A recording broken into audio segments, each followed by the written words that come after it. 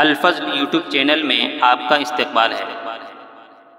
اس channel پر روزانہ قرآن پاک کی ایک آیت تلاوت مع ترجمہ اور مختصر تشریح پیش کی جا رہی ہے۔ ویڈیو اپلوڈ ہونے پر نوٹیفیکیشن پانے کے لیے اس چینل کو سبسکرائب کریں اور بیل آئیکن ضرور دبائیں۔ السلام علیکم ورحمۃ اللہ وبرکاتہ۔ میرے دینی و ایمانی بھائیوں اور بہنوں، سورہ نساء آیت نمبر 79 پیش خدمت ہے۔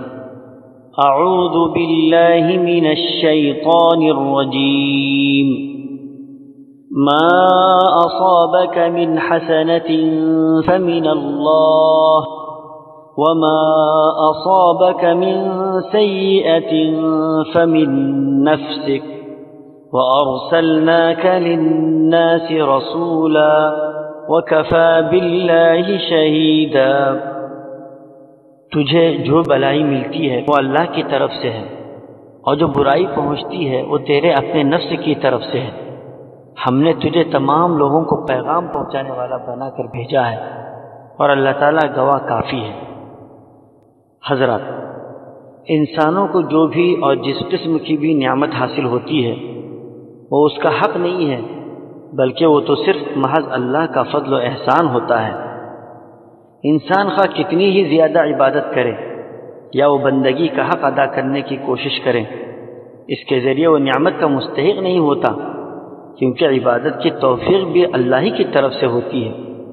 اللہ کی نعمتیں تو بے حساب اور لامحدود ہیں، ان نعمتوں کو ہم اپنی محدود عبادتوں کے ذریعے کیسے حاصل کر سکتے ہیں؟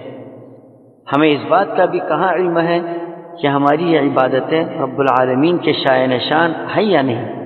اس سے معلوم ہوا کہ تمام نعمتیں اللہ کے فضل سے انسانوں کو نصیب ہوتی ہے۔ آیت میں حسنۃ سے مراد نعمت ہے۔ ایک حدیث میں اللہ کے نبی صلی اللہ تعالی علیہ وسلم نے ارشاد فرمایا کہ ما احد يدخل الجنة الا برحمت اللہ قیل ولا انت قال ولا انا، یعنی کوئی شخص سوائے اللہ کی رحمت کے جنت میں نہیں جائے گا۔ راوی نے عرض کیا کہ آپ بھی نہیں جائیں گے؟ فرمایا ہاں، میں بھی نہیں۔ آیت کے اگلے حصے میں فرمایا گیا وما اصابک من سیئۃ فمن نفسک، یعنی تجھے جو بھی برائی لاحق ہوتی ہے تو تیری بداعمالی کی وجہ سے ہے۔ حضرات، برائی، مصیبت، پریشانی یہ بھی اللہ ہی کی تخلیق ہے، اور اللہ ہی اس کو انسانوں پر بھیجتے ہیں، لیکن اس کا سبب اور ذریعہ خود انسان کے برے اعمال ہیں۔ اس کا مطلب یہ ہوا کہ انسان کافر ہے تو اس کے لیے دنیا میں جو مصیبت پیش آتی ہے یہ آخرت کے مقابلے میں ایک عذاب کی جھلک ہے۔ آخرت کا عذاب بہت بڑا ہوگا۔ اگر انسان مومن ہے تو پھر یہ مصائب اور تکالیف اس کے لیے آزمائش اور گناہوں کا کفارہ ہے۔ ایک حدیث میں اللہ کے نبی صلی اللہ تعالی علیہ وسلم نے ارشاد فرمایا کوئی مصیبت ایسی نہیں جو کسی مسلمان کو پہنچے مگر وہ اس کے گناہوں کا کفارہ ہو جاتی ہے، یہاں تک کہ کانٹا جو اس کے پاؤں میں چبھتا ہے۔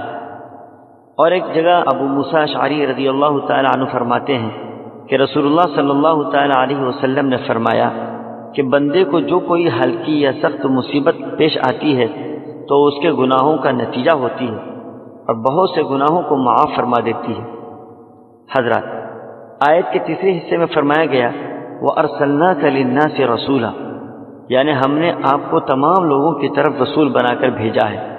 اس سے معلوم ہوا کہ اللہ نے نبی کریم صلی اللہ تعالی علیہ وسلم کو کسی مخصوص علاقے یا مخصوص طبقے یا مخصوص قوم کی طرف رسول بنا کر نہیں بھیجا، بلکہ آپ کی رسالت پورے عالم کے انسانوں کے لیے عام ہے، خواہ وہ اس وقت موجود ہو یا نہ ہو۔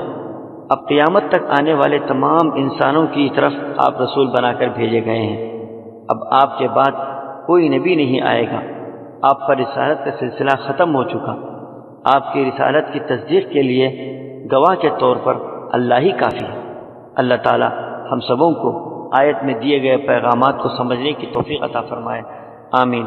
وآخر دعوانا ان الحمد للہ رب العالمین۔